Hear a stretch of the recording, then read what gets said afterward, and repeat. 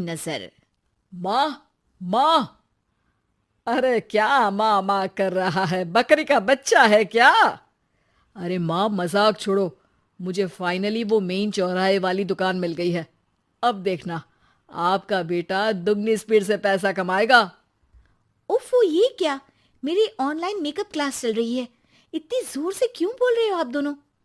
अरे मेरी धर्म पत्नी जी, मेकअप क्लास बाद में करना। वो चौराहे वाली दुकान मिल गई है हमको। अरे वाह! रुको, मैं अपनी माँ को फोन लगाकर बता देती हूँ। अरे मैं भी अपने रिश्तेदारों को बता देती हूँ। कितनी खुशी की बात है। हाँ हाँ, मैं भी अपने दोस्तों को बता देता हूँ। 1 हफ्ते बाद रजिस्ट्री है। बस, घर में खुशी का मौका था। उन तीनों ने अपने अपने फोन उठाए और लोगों में बात फैलाना शुरू कर दिया। और रही सही कसर श्वेता बहू ने अपने पड़ोस में सबको बताकर कर दी। अरे वर्मा आंटी, अब हम भी जल्दी कार ले लेंगे। घर का रेनोवेशन होगा और ठाट से रहेंगे हम भी। अरे, ऐसा क्या हुआ? लॉटरी बाटरी लग गई है क्या? अरे, इस बार चौराहे वाली मॉल में हमको भी दुकान मिल गई है। दुकान नंबर 21, जो एकदम चौराहे पर है। अब ग्राहक बढ़ेंगे तो आमदनी भी बढ़ेगी ही ना। अरे वाह, कितनी खुशी की बात है। मैं बहुत खुश हूँ तुम्हें इतना खुश देख के। बाकी एक बात कहूँ, सबको मत बताते फिरना। किसी की नजर लग जाएगी तो खुशी की खबर वापस लौट जाएगी। हैं? ऐसे थोड़ी ना होता है। अब डरा रही हो। अरे सही कह रही हूँ। काली नजर कहते हैं इस चीज को, जब आप किसी को कुछ बताओ और वो काम बिगड़ जाए। अरे लेकिन मैं तो। तुमने सबको बता दिया ना? हाँ, फोन लगा लगा के। अब बच के रहना। काली नजर बड़ी खतरनाक होती है।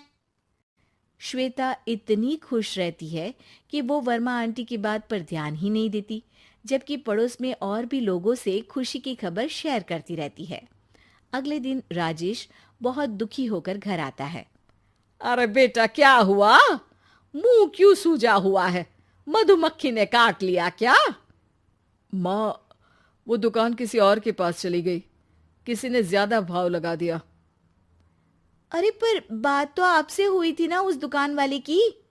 हाँ, आज मैं टोकन अमाउंट देने गया था, तब मुझे पता चला। कोई आकर सुबह मुझसे पहले ही ज्यादा अमाउंट दे गया। हम्म, काली नजर। क्या? क्या कहा? वर्मा आंटी ने समझाया था कि किसी को बताना मत, वरना काली नजर लग जाएगी। अच्छा, तुम्हें उनकी बात मान लेनी चाहिए थी। उनकी बात मान लेती, लेकिन उसके पहले ही सबको बता चुके थे ना हम तीनों। अरे अगली बार से ध्यान रखेंगे। कोई भी नई चीज होगी तो किसी को नहीं बताएंगे। तीनों कुछ दिन ऐसे ही रहते हैं, पर एक दिन श्वेता को एक मेल आता है। राजेश, मेरा ऑनलाइन मेकअप कोर्स कंप्लीट हो गया। अब मैं खुद का पार्लर खोल सकती हूँ। अरे वाह, अपने मोहल्ले में ही खोलते हैं। ये जो घर के सामने दुकान है ना, वहीं। हाँ, यहाँ सस्ती भी मिल जाएगी। अगले दिन श्वेता वर्मा आंटी के पास जाती है, मिठाई का डब्बा लेकर। अरे आओ आओ, कैसे आना हुआ? जोर से नहीं बोलूंगी। वो सामने वाली दुकान है ना, वहां मैं अपनी पार्लर की दुकान खोलने वाली हूँ। उसकी मिठाई है। अरे वाह, बहुत बधाई हो तुमको।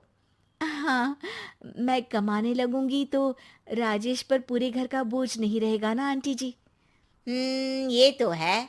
पर ये बता कि तूने ये बात किसी और को तो नहीं बताई ना? अरे नहीं नहीं, पिछली बार गलती कर दी थी।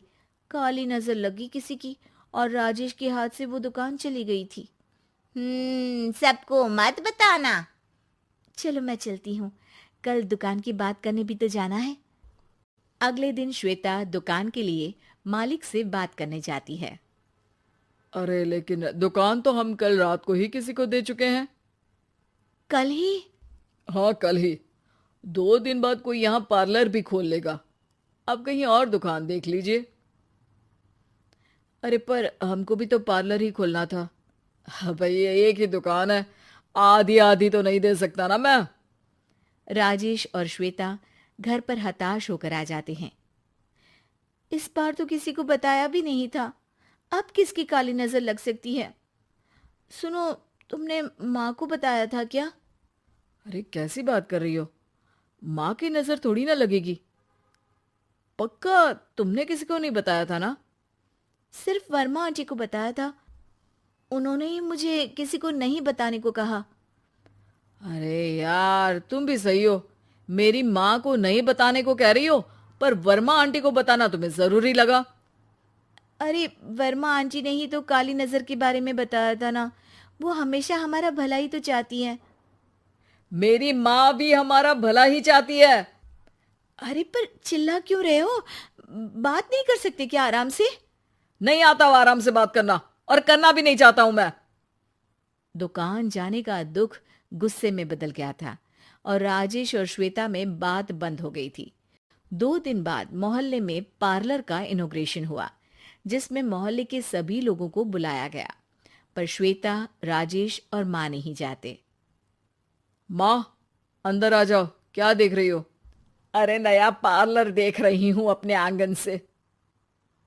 देखो, माँ को दूसरे का सुख देखने में कितना मजा आ रहा है, मेरा दुख नहीं दिख रहा इन्हें। यहाँ मेरा पार्लर भी तो हो सकता था। अरे चुप रहो यार, हर बात में लड़ाई क्यों ढूंढ रही हो? राजेश और श्वेता फिर बहस करने लगते थे। तभी माँ ने दोनों को बाहर बुलाया। अरे जरा देखो तो, दुकान चलाने वाले का बोर्ड पर नाम क्या लिखा है? श्रुति वर्मा। गाड़ी निकाल बेटा, हमें कहीं जाना है। काली नजर का इलाज कराने? राजेश अपनी बाइक निकालता है। तीनों ट्रिपलिंग कर रहे हैं। माँ राजेश को उस मॉल वाली दुकान पर लेकर जाती है जहां राजेश अपनी दुकान खोलने वाला था। यही दुकान लेना चाहता था ना तू? हाँ, पर इनको भी दुखी करने लेकर आई हो क्या यहाँ पर दुकान दिखाकर? वहां काफी नहीं था? अरे श्वेता, थोड़ा सब्र रख, अभी पता चलेगा कि हम यहाँ क्यों आए हैं। बता, इस दुकान चलाने वाले का नाम क्या है? अनुपम वर्मा। कुछ समझ में आया? वो दुकान वाली श्रुति वर्मा, ये दुकान वाला अनुपम वर्मा, और हमारे पड़ोस में हमने उस दुकानों के बारे में बताया किसको था? अब वर्मा आंटी को। मतलब वर्मा आंटी ही हमारा काम बिगाड़ रही है? नहीं नहीं, ऐसा नहीं हो सकता, ये बस इत्तेफाक है। राजेश अपना फोन निकालता है और श्रुति वर्मा और अनुपम वर्मा के नाम फेसबुक पर सर्च करता है, जहां ये दोनों ही वर्मा आंटी के रिश्तेदार होते हैं। श्वेता को समझ में आ जाता है कि वर्मा आंटी की ही नजर काली नजर है। अब क्या करना है? कोई भी खुशी की खबर हो तो काली नजर से बचना है, यानी वर्मा आंटी से बचना है। अरे पर मुझे ये समझ में नहीं आया कि वो हमारे साथ ऐसा क्यों करेंगी। अरे बेटा, एक सीख है, दूर के आदमी को आपकी तरक्की से कम परेशानी होगी, पड़ोसी को ज्यादा। दोनों माँ की बात में हामी भरते हैं और अगला काम चुपचाप करने की कसम खाते हैं, ताकि आगे से वर्मा आंटी कोई काम ना बिगाड़ सके।